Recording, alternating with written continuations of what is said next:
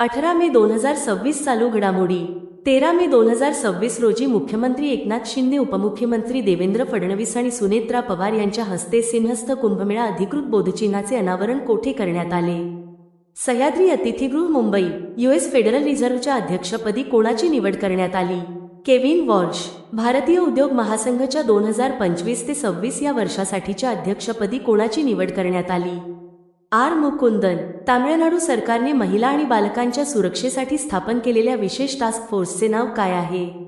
सिंगापिन्न. Mushroom world ग्रुपने विकसित केलेले हवेतील कार्बन शोषून घेणारे भारतातील पहिले अलगी ट्री शेवाळ वृक्ष मध्य प्रदेशातील कोणत्या शहरात उभारण्यात आले? भोपाळ. मे 2026 मध्ये द मेटिओरिटिकल सोसायटीची फेलो म्हणून निवड झालेल्या पहिल्या भारतीय महिला कोण ठरल्या आहेत?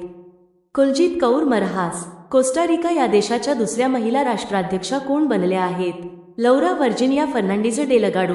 भारतीय सैन्याने कोणत्या भारतीय कंपनीकडून UPLG-M आणि अग्निका VTOL-1 कामिकाझे ड्रोनची खरेदी केली?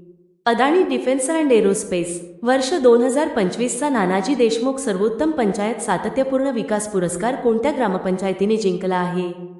नवीन नापम ग्रामपंचायत, आसाम. 2025 ते 26 च्या हंगामातील ला लिगा स्पर्धेचे विजेतेपद कोणत्या संघाने जिंकले?